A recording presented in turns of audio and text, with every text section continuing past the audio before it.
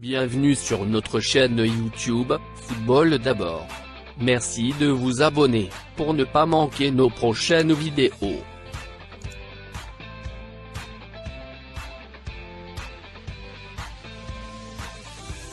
Nos infos mercato du jour débuteront en Espagne, où le Barça a trouvé une alternative à Memphis Depay. En quête d'un attaquant, le FC Barcelone cible Memphis Depay. Mais en parallèle, les Blaugrana explorent une autre piste. Après avoir approché Willian José, 28 ans, l'hiver dernier, les Catalans n'ont pas oublié le joueur de la Real Sociedad. C'est ce qu'affirme le journal basque, Noticia de Gipuzkoa, relayé par Sport, ce mardi. En effet, il est indiqué que le Barça étudierait à nouveau cette piste, jugée moins chère que celle menant à Depay.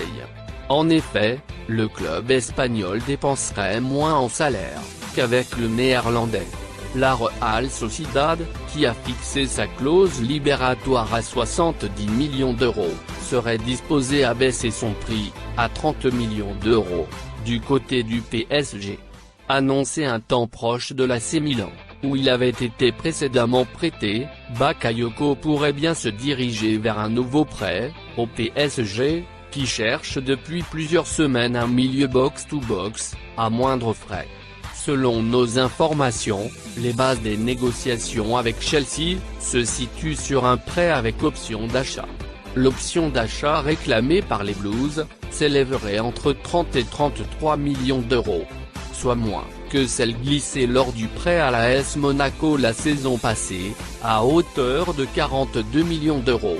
Par ailleurs, d'autres clubs comme Valence, ou l'Atlético Madrid, ont manifesté un intérêt pour l'ancien monégasque.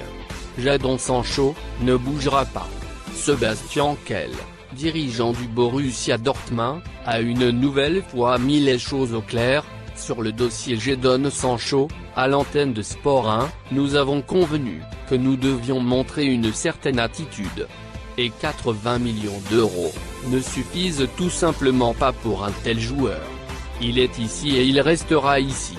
C'était une déclaration importante du club, car nous avons une certaine responsabilité. Sans Jadon, cette équipe est moins forte. Manchester United, c'est à quoi s'en tenir. Le PSG, confiant pour Dele Alli. Comme le révèle Telegraph, le Paris Saint-Germain se montre confiant quant à la possibilité de recruter Dele Alli, d'ici le 5 octobre prochain, date de fermeture du mercato. Et pour cause, les décideurs parisiens pensent que l'Anglais souhaite rejoindre le Parc des Princes. La bonne relation entre les Parisiens et Tottenham pourrait aussi faciliter l'opération, qui devrait être un prêt avec option d'achat. Un départ qui bénéficierait les trois parties impliquées. Daniel Levy, président de l'écurie londonienne, ne souhaite en tout cas pas le voir filer dans un autre club de Première Ligue.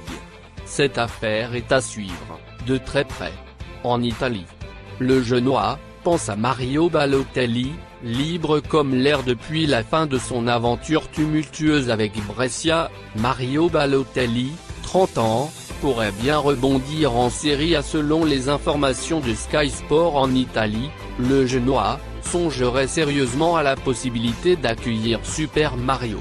Le Griffon cherche une référence en attaque pour cette saison, et l'international italien, 36 sélections, 14 buts, passé par l'Olympique de Marseille, et l'OGC Nice, représente une solution étudiée en haut lieu, par le président Enrico Preziosi. Les transferts officiels du moment. Arturo Vidal signe à l'Inter Milan.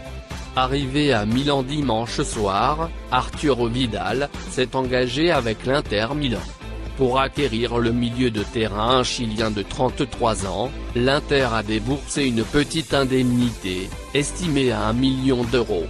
Et c'est finalement Alvaro Morata, qui va retourner à la Juventus. L'écurie bianconeri vient d'officialiser la nouvelle, avec les détails sur les modalités de transfert. Le Juventus Football Club annonce avoir conclu un accord avec l'Atlético de Madrid pour l'acquisition, à titre temporaire jusqu'à la fin de la saison de football 2020-2021, des droits d'enregistrement du joueur Alvaro Morata, contre une contrepartie de 10 millions d'euros, payable entièrement au cours de cette année. En outre, l'accord prévoit, le droit pour la Juventus d'acquérir définitivement les services sportifs du joueur d'ici la fin de la saison 2020-2021, pour un montant de 45 millions d'euros, payable en 3 exercices.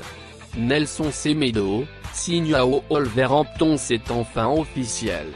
Le latéral droit lusitanien file à Wolverhampton, pour un montant de 30 millions d'euros plus 10 millions d'euros supplémentaires, sous forme de bonus comme l'explique le Barça dans un communiqué officiel. Une vente qui va permettre aux Barcelonais d'accélérer sur d'autres dossiers, comme celui menant à